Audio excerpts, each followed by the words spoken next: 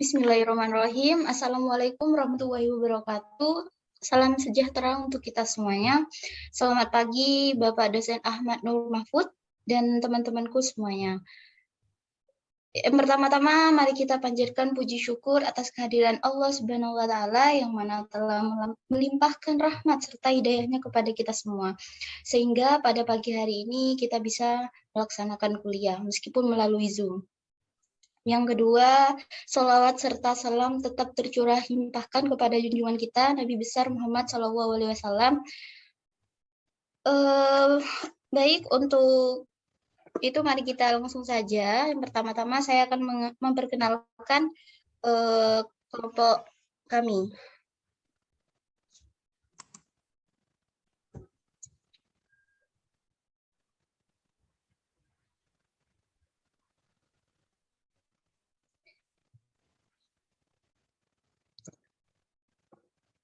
Yang pertama yaitu ada Sofiatul Hasanah dengan NIM 211041164.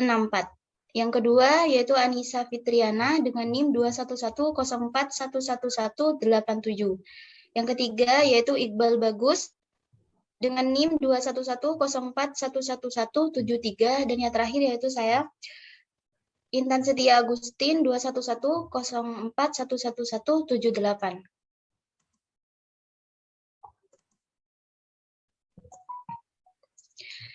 Baik, langsung saja untuk materi poin yang pertama yaitu mengenai perjalanan hidup manusia dari alam ruh hingga hari akhirat yang akan dijelaskan oleh Sofia. Untuk Sofia dipersilahkan.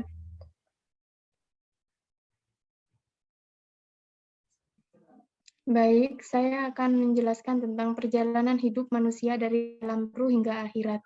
Perjalanan hidup manusia dari alam ruh hingga akhirat itu ada 5 perjalanan, yaitu 1, alam ruh, 2, alam rahim, 3, alam dunia, 4, alam barzah, dan 5, alam akhirat. Yang pertama, alam ruh.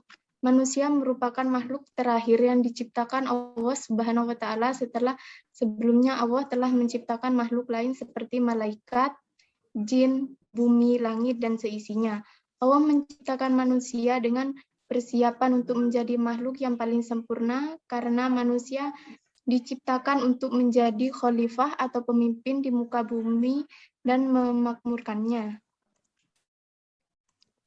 Perjalanan kedua ialah alam rahim atau kandungan. Rahim artinya kasih sayang. Alam rahim adalah suatu alam di mana manusia dibentuk atas dasar kasih sayang Allah kepada hamba-hambanya. Waktu berada di alam rahim ini, sejak itulah terjadilah kasih sayang yang disebut silaturahmi setelah melewati alam roh dan setelah membuat kesaksian tentang Allah, maka manusia akan memasuki kehidupan dalam rahim atau kandungan. Ketika manusia berada di alam rahim, jasad manusia diciptakan dalam beberapa tahap. Tahap pertama, nutfah, yaitu dimulai setelah pembuahan atau minggu pertama. Tahap kedua, alaqah, segumpal darah yang melekat pada daging rahim. Tahap pembentukan alaqah itu pada hari pekan pertama atau hari ke-7. Tahap ketiga, mudghah, segumpal darah yang berwarna merah kehitam-hitaman. Pembentukan mudghah terjadi pada minggu keempat. Tahap keempat, izam dan lahm. Pada tahap ini adalah minggu ke-5, ke-6, dan ke-7. Tahap kelima, nasyi'ah khalaqah akhar. Pada tahap ini yaitu pada minggu ke-8, pembentukan menjadi janin pada bulan ketiga janin setelah terbentuk dengan sempurna.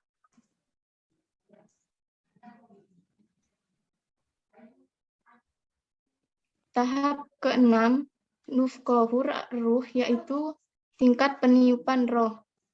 Kemudian Allah menetapkan qadar kepada manusia di dalam rahim. Qadar yang ditetapkan oleh Allah ada 4, umur, rezeki, bahagia, dan sengsara. Alam dunia. Alam dunia adalah masa kehidupan di dunia sejak dilahirkan dan diwafatkan oleh Allah Subhanahu wa taala, dinamakan proses perpindahan dari alam rahim ke alam dunia. Bukanlah hal yang gampang. Selama 9 bulan di alam rahim itu, janin tumbuh dan membentuk sehingga menjadi bentuk yang sempurna.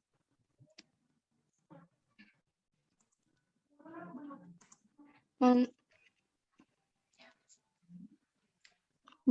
Alam barzah. Alam kubur disebut juga dengan alam barzah. Ketika manusia meninggal, mereka akan menempati alam ini sampai hari kiamat tiba. Alam 5. Alam akhirat.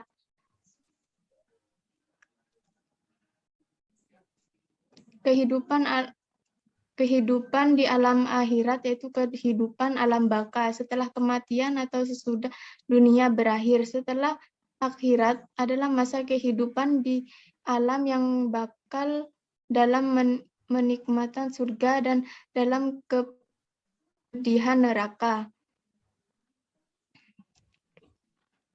Kita bisa mengetahui sifat-sifat akhirat. Untuk mengetahui sifat-sifat tersebut, kita dapat mengenalnya melalui ciri-ciri dari alam akhirat, yaitu 1.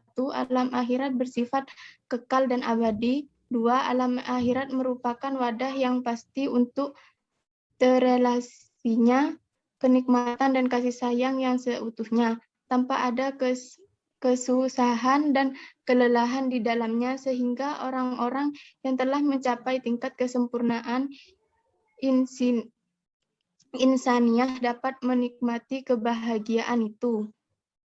3. Alam akhirat setidaknya meliputi 2 bagian yang terpisah. Yang pertama yaitu rahmat dan kedua adalah siksa.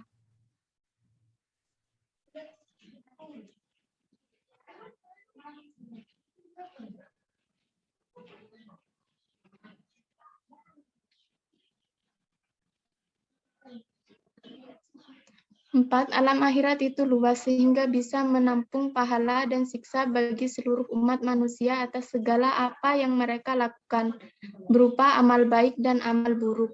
5. Alam akhirat itu merupakan tempat pembahasan, bukan tempat pembebanan tugas dan tanggung jawab.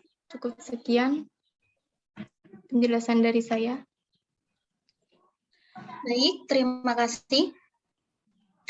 Selanjutnya yaitu materi tentang ragam orientasi hidup manusia yang akan disampaikan oleh Anissa. Untuk Anissa dipersilakan. Baik, terima kasih moderator. Di sini saya akan menjelaskan tentang ragam orientasi hidup manusia. Setiap manusia yang dilahirkan dari rahim ibundanya tidak mengetahui apa-apa, termasuk mengenai orientasi hidupnya. Untuk mengetahuinya, manusia dibekali potensi berupa pendengaran, penglihatan, dan hati. Quran Surat An-Nahl ayat 78, Wallahu akhrajakum min butuni syai'an wa ja'ala lakum sam'a wal absara wal af'idah la'allakum tashkurun. Dan Allah mengeluarkan kamu dari perut ibumu dalam keadaan tidak mengetahui sesuatu pun. Dan Allah membekali kalian dengan potensi berupa pendengaran, penglihatan, dan hati, agar kamu bersyukur. Hidup di dunia ini tidak sejalan lurus dan abadi. Allah menciptakan kehidupan penuh dengan warna-warni yang pasti dirasakan oleh setiap manusia. Ada rasa sedih dan duka, dan ada pula rasa senang dan gembira yang mewarnai hidup manusia silih berganti. Tak ada yang tetap. Dari waktu ke waktu, manusia akan terus mengalami perubahan dari baik menuju kebaikan dan dari buruk sampai keburukan. Kalau diperhatikan orientasi di dunia dan akhirat manusia, maka akan terbagi menjadi 3 kelompok besar. Yang pertama, kelompok yang menganggap bahwa hidup di dunia hanya satu kali. Oleh karena itu, mereka beranggapan bahwa hidup ini harus dinikmati sepuas-puasnya. Mereka tidak meyakini ada kehidupan sesudah mati. Bila nyawa sudah tak lagi berada di raga, maka berakhirlah dan tak ada kelanjutannya. Demikian yang terdapat dalam Al-Quran Surat Al-Jasiyah ayat 24. Wa qalu ma hiya illa hayatuna dunya namutu walahya wa ma yahlikuna ilat dahar wa malahum bidzalika min ilmin inhum illa yadunnun. Dan mereka berkata, kehidupan ini tidak lain hanyalah kehidupan di dunia saja. Kita mati dan kita hidup, dan tidak ada yang membinasakan kita selain masa. Tetapi mereka tidak mempunyai ilmu tentang itu. Mereka hanyalah menduga-duga saja. Yang kedua, kelompok yang mencintai dunia dan meninggalkan akhirat, padahal mereka tahu ada kehidupan setelah mati. Dalam Al-Quran, banyak ayat yang menyebutkan kelompok ini, yaitu termasuk dalam Quran Surat An-Nahl ayat 107, Dzalika bi'annahum mustahabbul hayatad dunya 'alal akhirah wa annallaha la yahdil qaumal kafirin. Yang demikian itu disebabkan karena mereka lebih mencintai kehidupan di dunia daripada akhirat, dan Allah tidak memberi petunjuk kepada kaum yang kafir. Yang ketiga, kelompok yang menjadikan dunia sebagai sawah ladang untuk bercocok tanam, dan hasilnya akan dinikmati di akhirat nanti. Mereka beranggapan bahwa dunia hanyalah sebagai tempat persinggahan, segalanya akan kembali dan abadi di dalam akhirat. Semuanya yang ada di dunia akan kembali kepada Allah. Quran Surat Al-An'am ayat 32. Wa mal hayatud dunya illa laibu walahu walad dahar akhirata khairal lilladina yattaqun. Afala ta'qilun. Dan tiadalah kehidupan dunia ini selain dari main-main dan senda gurau belaka. Dan sungguh kampung akhirat itu lebih baik dari orang-orang yang bertakwa.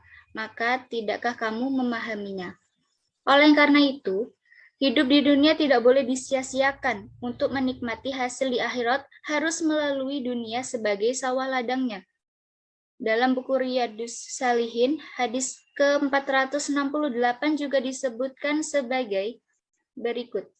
Dari Ibnu Umar radhiyallahu anhuma, katanya Rasulullah Shallallahu alaihi wasallam menepuk kedua belikatku lalu bersabda, jadilah engkau di dunia ini seolah-olah engkau orang yang gorib, yakni orang yang sedang berada di negeri orang dan tentu akan kembali ke negeri asalnya. Atau sebagai orang yang menyeberangi jalan, yakni amat sebentar di dunia ini. Ibnu Umar berkata, jika kalau engkau di waktu sore, maka janganlah menantikan waktu pagi, dan jikalau engkau di waktu pagi, maka janganlah menantikan waktu sore untuk beramal baik. Ambillah kesempatan sewaktu engkau masih sehat, sewaktu engkau masih hidup, untuk masa matimu. Jadi, kita di dunia ini beramal, tidak ada batas waktunya, tidak ada penentuan waktunya. Jadi, kapanpun kita bisa beramal baik. Riwayat Bukhari. Terima kasih. Sekian, saya kembalikan kepada moderator. Baik, terima kasih. Selanjutnya yaitu materi yang ketiga mengenai tujuan dan fungsi penciptaan manusia yang akan dijelaskan oleh Iqbal. Untuk Iqbal dipersilahkan.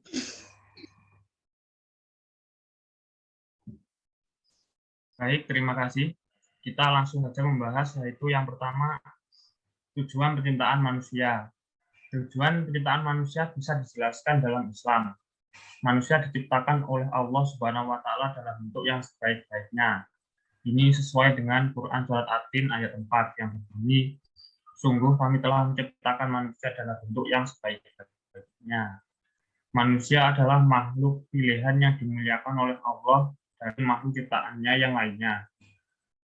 Islam menjelaskan bahwa Allah Subhanahu wa Ta'ala menciptakan manusia berasal dari tanah, kemudian menjadi nutfah, alaqah, dan mudghah, sehingga akhirnya menjadi makhluk Allah Subhanahu wa Ta'ala yang paling sempurna dan memiliki berbagai kemampuan. Memahami tujuan penciptaan manusia akan membuat manusia lebih bersyukur dan menghargai sesama makhluk hidup. Dalam Islam, tujuan penciptaan manusia bisa dilihat dalam ayat-ayat Al-Quran. Tujuan penciptaan manusia merupakan tujuan yang mulia. Itu tujuan penciptaan manusia menurut Islam. Yang pertama adalah untuk beribadah kepada Allah. Manusia pada umumnya diciptakan untuk beribadah kepada Allah. Hal ini sesuai dengan Quran surat Az-Zariyat ayat 56 yang berbunyi, dan aku tidak menciptakan jin dan manusia melainkan supaya mereka mengabdi kepadaku. Telah dijelaskan dalam surat tersebut, Allah berfirman, Dia menciptakan manusia dan jin semata-mata agar mereka beribadah kepadanya. Allah menciptakan manusia bukan hanya untuk sekedar tidur, bekerja, makan, ataupun minum, melainkan untuk melengkapi bumi ini dan beribadah kepadanya. Menurut tafsir Ibnu Qayyim al-Jauziyah, bahwa tujuan Allah menciptakan kita manusia serta jin dan makhluk lainnya di bumi ini adalah untuk beribadah kepadanya. Allah tidak mungkin menciptakan makhluk begitu saja tanpa pelarangan atau perintah. Tujuan ini mendidik manusia untuk senantiasa meningkatkan keimanan dan ketakwaan kepada Allah.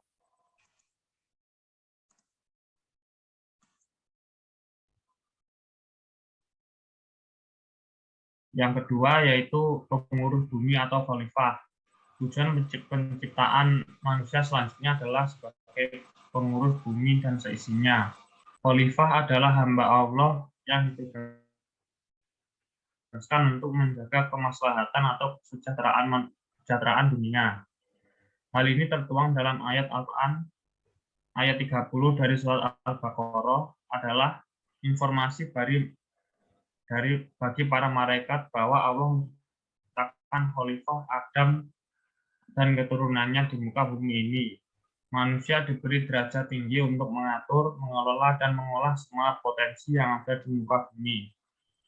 Tujuan penciptaan manusia sebagai khalifah juga tertuang dalam Quran surat Al-An'am ayat 165 yang berbunyi, dan dialah yang menjadikan kamu penguasa-penguasa di bumi dan meninggikan sebagian kamu atas sebagian yang lain beberapa derajat untuk menguji tentang apa yang diberikannya kepadamu. Sesungguhnya Tuhanmu amat cepat siksaannya dan sesungguhnya Dia Maha Pengampun lagi Maha Penyayang. Yang ketiga adalah mengemban amanah. Tujuan penciptaan manusia yang ketiga yaitu mengemban amanah. Tujuan ini berupa kesanggupan manusia mengikuti taklif yang diberikan oleh Allah Subhanahu wa Ta'ala. Tujuan penciptaan manusia ini mendidik orang-orang beriman supaya selalu memelihara amanah dan mematuhi perintah tersebut. Hal ini sesuai dengan Quran surat Al-Ahzab ayat 72 yang berbunyi, sesungguhnya kami telah mengemukakan amanat kepada langit, bumi, dan gunung-gunung, maka semuanya enggan untuk memikul amanat itu, dan mereka khawatir akan mengkhianatinya, dan dipikul amanat itu oleh manusia. Sesungguhnya manusia itu amat zalim dan amat bodoh. Amanat yang sudah ditetapkan tersebut agar tidak dikhianati, baik amanah dari Allah dan Rasul-Nya maupun amanah antar sesama manusia. Yang selanjutnya yaitu agar manusia mengetahui kebesaran Allah. Tujuan penciptaan manusia adalah agar manusia senantiasa mengetahui maha kuasa Allah Subhanahu wa Ta'ala. Ini meliputi pemahaman bahwa seluruh alam semesta termasuk bumi, tata surya, dan seisinya terbentuk atas kuasa Allah Subhanahu wa Ta'ala. Hal tersebut telah dijelaskan dalam Quran surat At-Talaq ayat 12 yang berbunyi, Allah lah yang menciptakan 7 langit dan seperti itu pula bumi. Perintah Allah berlaku padanya agar kamu mengetahui bahwasannya Allah Maha Kuasa atas segala sesuatu dan sesungguhnya Allah ilmunya benar-benar meliputi segala sesuatu. Adapun fungsi penciptaan manusia yang hampir sama dengan tujuan manusia itu diciptakan. Di dalam Al-Quran disebutkan fungsi dan peranan yang diberikan Allah kepada manusia. Yang pertama adalah menjadi abdi Allah. Yang dimaksud dengan abdi adalah makhluk yang melaksanakan apapun perintah Allah meski terdapat resiko besar di dalam perintah Allah. juga tidak akan pernah membangkang terhadap Allah. Hal ini tercantum dalam Quran surat Az-Zariyat ayat 56, dan tidak aku ciptakan jin dan manusia melainkan supaya mereka menyembahku. Yang kedua yaitu menjadi saksi Allah. Sebelum lahir ke dunia, manusia bersaksi kepada Allah bahwa dialah Tuhannya. Yang demikian dilakukan agar mereka tidak ingkar di hari akhir nanti, sehingga manusia sesuai fitrahnya adalah beriman kepada Allah, tapi orang tuanya yang menjadikan manusia sebagai Nasrani atau beragama Islam. Hal ini tercantum dalam Quran surat Al-A'raf ayat 172. Yang ketiga adalah sebagai khalifah Allah. Khalifah Allah sebenarnya adalah perwakilan Allah yang berbuat sesuai dengan misi yang telah ditentukan dengan berpedoman pada Quran surat Al-Baqarah ayat 30-36. Maka status dasar manusia adalah sebagai khalifah atau makhluk penerus ajaran Allah. Sehingga manusia harus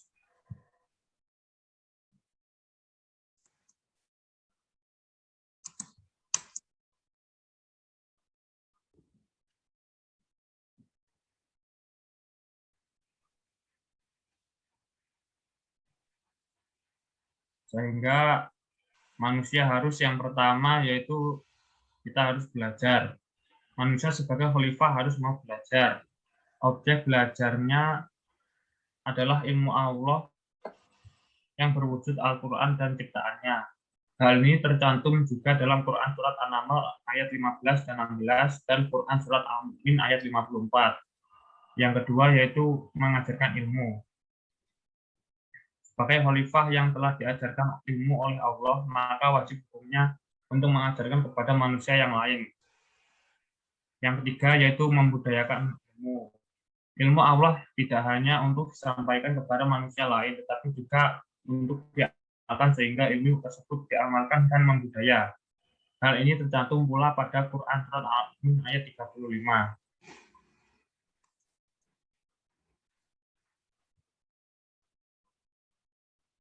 Sekian dari saya, terima kasih. Baik, terima kasih. Selanjutnya yaitu poin yang terakhir mengenai hidup sukses dalam pandangan Al-Quran yang akan dijelaskan oleh saya sendiri. Maksud dari hidup sukses dalam pandangan Al-Quran yaitu kan sekarang banyak orang yang mengartikan kesuksesan pada kehidupan di dunia itu hanya berdasarkan pada pangkat yang tinggi, jabatan yang bagus, menjadi manajer, pengusaha, dan banyak yang lain. Ada juga orang yang mengartikan sebuah kesuksesan jika sudah memiliki banyak tabungan. Sukses tersebut adalah sukses yang bersifat nisbi atau tidak abadi. Jadi, seseorang memiliki harta yang banyak, namun di kemudian hari habis dan jatuh miskin, maka orang tersebut akan memiliki label pernah kaya dan sukses. Namun, sekarang jatuh miskin. Oleh karena itu, Al-Quran telah menjelaskan konsep sukses yang mendapatkan derajat kemuliaan di hadapan Allah Subhanahu wa Ta'ala dalam Quran Surat At-Taubah ayat 20. Yang berbunyi, Alladzina amanu wa hajaru wa jahadu fi sabilillahi bi amwalihim wa anfusihim a'dhamu darajatan indallah wa ulaika humul faizun. Yang artinya, orang-orang yang beriman dan berhijrah serta berjihad di jalan Allah dengan harta dan benda dari diri mereka adalah lebih tinggi derajatnya di sisi Allah. Dan itulah orang-orang yang mendapat kemenangan. Allah Subhanahu wa Ta'ala dalam Al-Quran memberikan penjelasan. Orang-orang yang dikatakan sukses dan berhasil, serta kebahagiaan dalam hidup apabila memiliki komitmen keimanan, yakni mantap serta kokoh imannya, kuat tauhid, dan juga akidahnya. Inilah modal awal meraih derajat kemuliaan di hadapan Allah Subhanahu wa Ta'ala dan suksesnya kekal dan abadi. Kualitas amal soleh ini direfleksikan dengan adanya perubahan pada kualitas hidup. Dari tidak baik menjadi baik, inilah yang dinamakan hijrah atau sebuah proses perbaikan diri. Kemudian mengoptimalkan dan berjihad melalui harta dan jiwanya. Ketika tiga hal dijalankan, maka Allah Subhanahu wa Ta'ala telah menjamin derajat kemuliaan di hadapan Allah Subhanahu wa Ta'ala. Dan sungguh dialah orang-orang yang sukses dan beruntung.